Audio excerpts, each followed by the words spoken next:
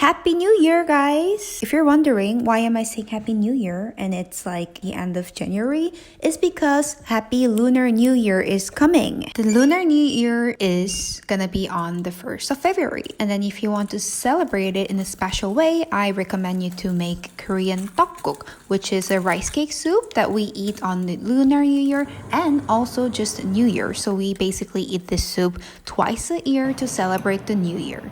And to make it even more special, I decided to make Kimchi Tteokguk, not just Tteokguk. Eating a bowl of Tteokguk has a meaning of gaining 1 year older, as in Korea, we all gain 1 more year in the same day, which is the 1st of January. If you're a bit confused about what I am saying, you might want to Google Korean age and you'll figure out. So to get older, you have to eat this Tteokguk. I mean, who doesn't want to get older? Right?